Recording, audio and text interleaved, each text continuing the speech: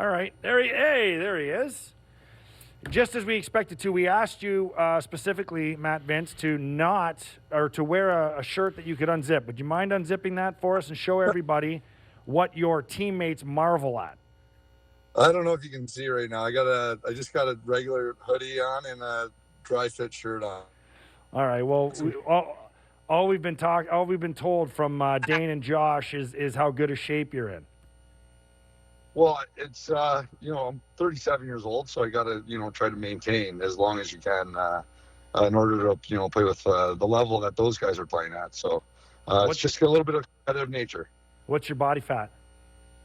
I have no idea, but I just try to be in prime shape going into a game or a season. So tell us how are you under 10? Oh my gosh, I bet you're under 5. I would say yes. No, look at the smirk. That means you're certain you're under 10. All right, now let's go even lower. Are you under 7? Maybe. I don't know. I just, again, it's like I just kind of watch, some of my nutrition and try to work out on a daily basis, and hopefully that I kind of know where I like to play at for playing weight, and then I go from there. He was very much like me when I played. Oh, yeah. Took care of myself, wanted to make sure that I was under 12% body fat. Under 12. Hey, Matt, I came in the training room one day, and Craig had the body fat caliber out. He was doing a body fat test on himself. He was feeling a little insecure. Oh, man. Hey, no, I was trying to make a joke of it. I don't care what you play at. As long as you do your job and you do it well, then that's all you're worried about. Speaking of doing your job and doing it well, you did it well last year. You were the goalie of the year for only the 7th time. Not a big deal. You were a runner-up and a finalist for the most valuable player. You guys must have some revenge on your mind going into this season. Yeah, anytime, I think we look at what we were able to build upon last year, and I think a lot of unfinished business. We have a lot of young guys on our team. I think that, it's a grind, to be able to do what we do. A lot of us have other jobs, and it's a long season, and I think, I don't think we played our best in the finals, and I think that's on our minds going into this season.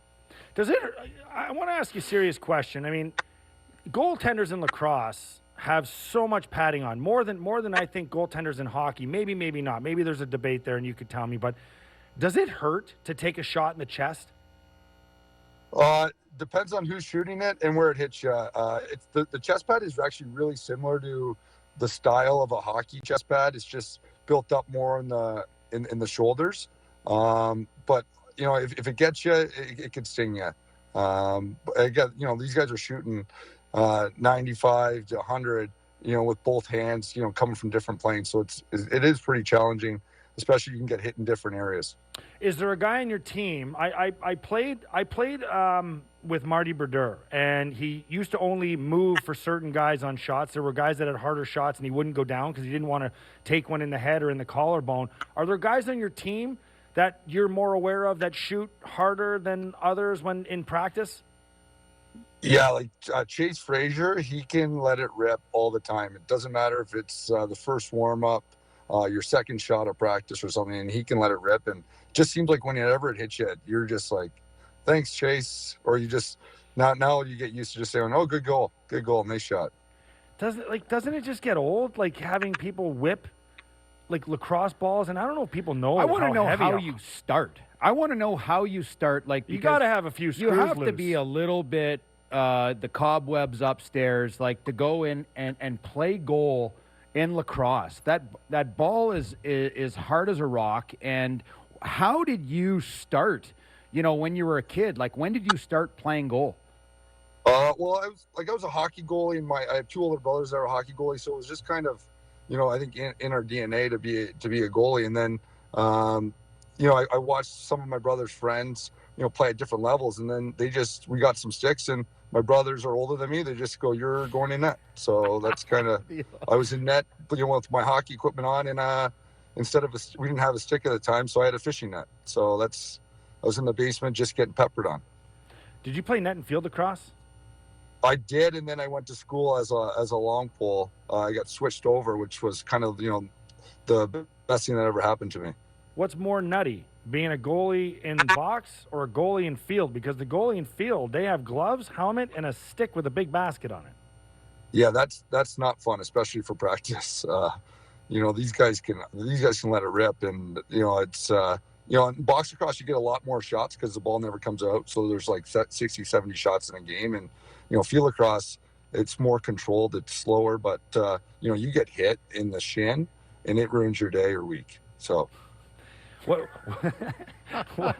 yeah, what's the better of the two sports in your opinion? I feel like as a fan, you want to watch box lacrosse indoor. It's one of those things that the Bandits' old slogan used to be, "We'll sell you the whole seat, but you only need the edges," because that's pretty much how it is. You're on your feet. There's always something going on in terms of a giveaway, music playing, somebody's getting hit, there might be a fight, and there's always some type of action that you're drawn to. Were you a Spartan or an A growing up? You were an A.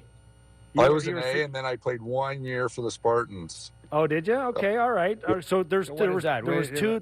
He's from St. Catharines. And I'm a couple years older than he is, but there were two lacrosse organizations. There was the Spartans, St. Catharines Spartans, and then there was the St. Catharines A's. And the A's were like the best of the best. And every time we played against the A's, it was like a huge rivalry and like a hate fest. But everybody knew everybody. So that's why I asked him that question. But you mentioned the old Bandit slogan. And did you used to come to games at the Odd back in the day when they played here? Yeah, I went to, living in St. Catharines, it was so easy for us to go to Sabre games, Bandit games. I just remember going up those small steps and, being, 8 or 9 years old and watching those games. And that's kind of how you get drawn to not only hockey, but then, I got drawn into lacrosse, seeing, that type of atmosphere, and the fans in Buffalo are second to none, and it's just a great environment. And now I get to experience it. It's almost, a great way, for me to play, maybe my last couple of years in the league. Well, that's what I was going to ask you. You've bounced around, and have you seen an atmosphere in this league like Buffalo's? Yes. Colorado's pretty good, but again, coming to Buffalo was always like a special game for me. Having, went to school at Canisius down the road, spent a lot of my time there as a kid growing up, and, a lot of friends and family. And I just remember, playing good in Buffalo is awesome when you're on the opposing team, but when you are struggling, it is the worst. And, the fans get on you, and that's something that I appreciate now coming to Buffalo.